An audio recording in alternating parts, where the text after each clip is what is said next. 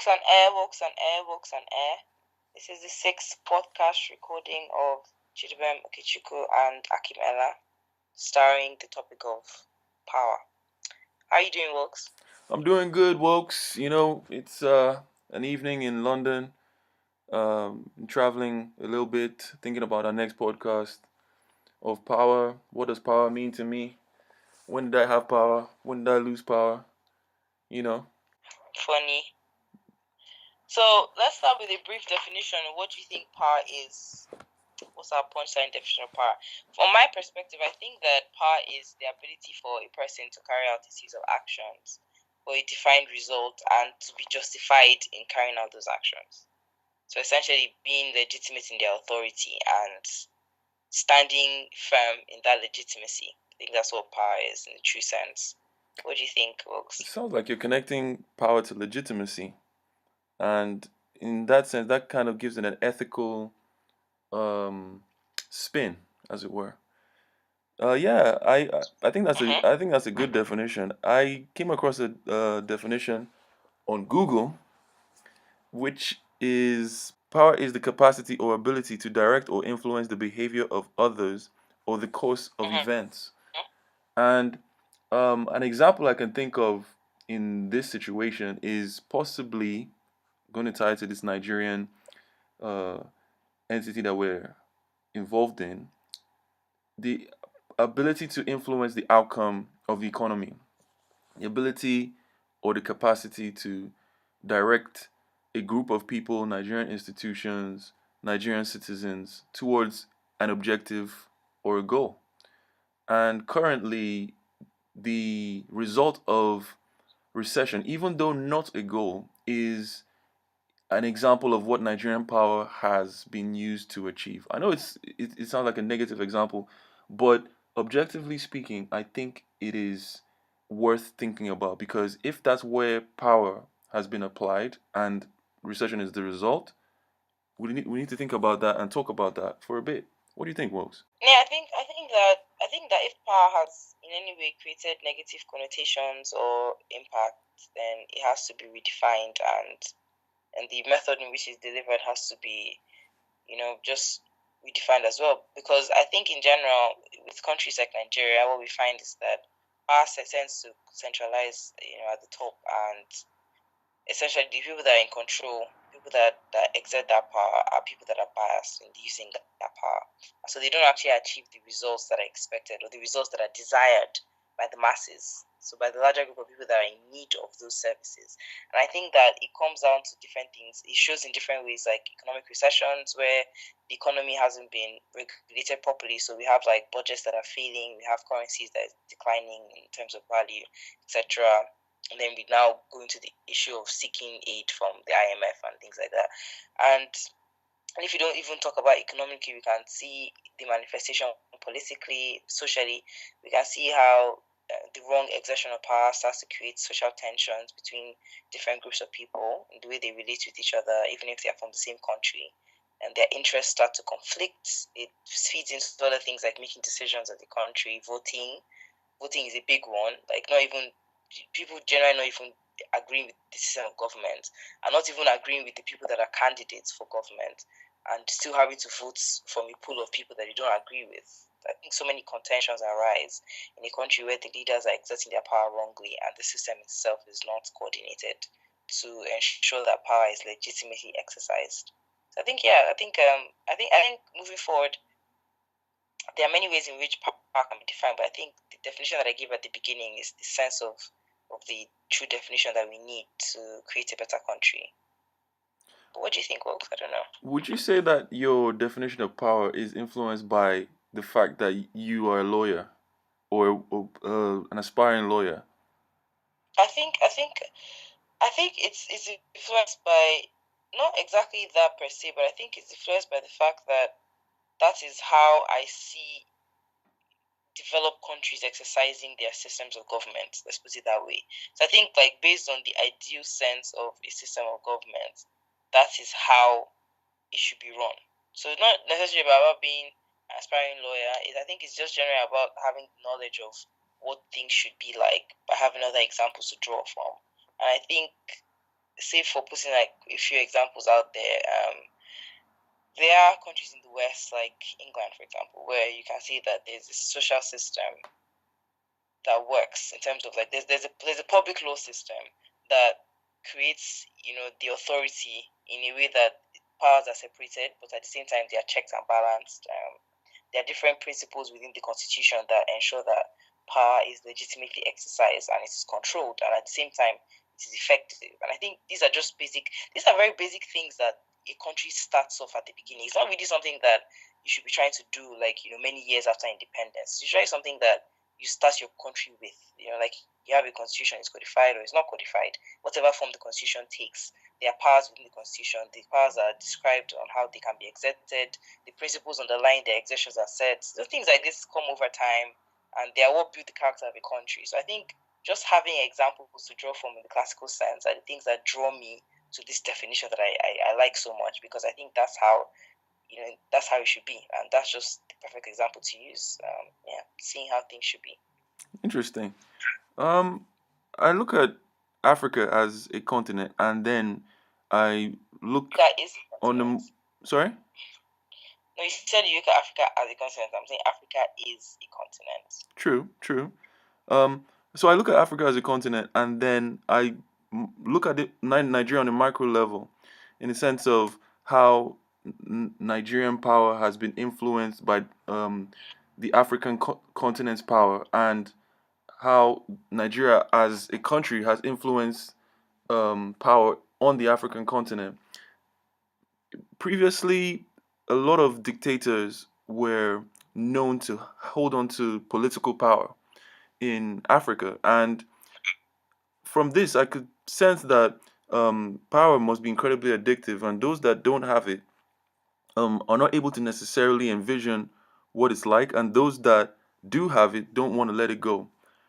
Political power on its own is separate from all the other powers, and I do respect political power a lot because obviously this has a wide-ranging influence on other areas of culture, tradition, economy, that all these other examples of power don't necessarily have on themselves, or uh, the areas that you find them existing in.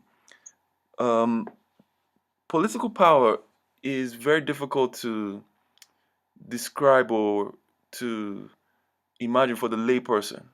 But I think for the lay people, for the individual Nigerian, for the individual African, generally speaking, when you look at what Nigerian power has done in the continent, you tend to find that the churches, the fashion, politics included, construction, and peacekeeping are just some examples of how Nigerian power has shaped the continent.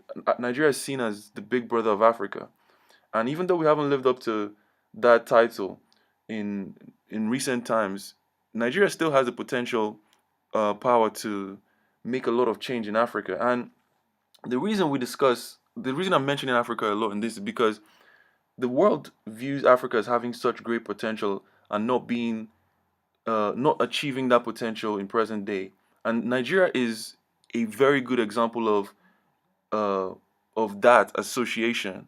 Nigeria has so much potential and so much power, and yet what we're capable of achieving, a lot of people are reminiscent of that idea.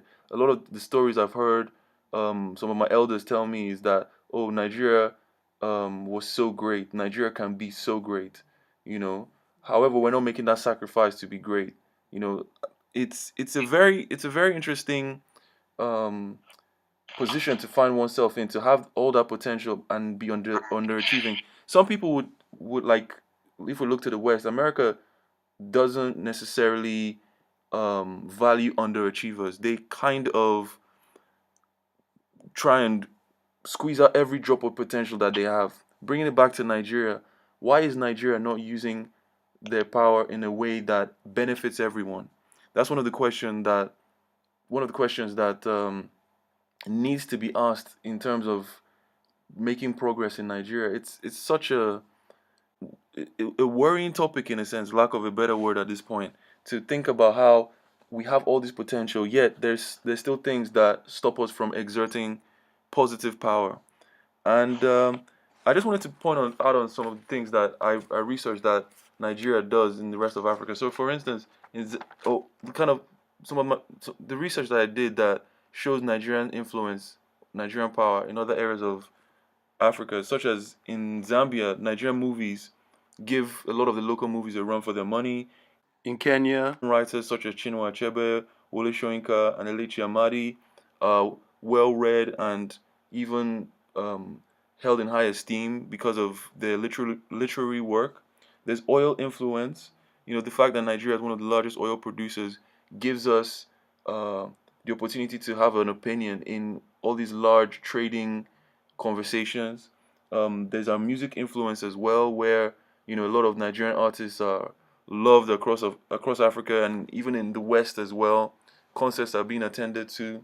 Even in Liberia, there's a movie industry that has stemmed as a result of in Nollywood inspired um, events. They call it Lollywood in Liberia.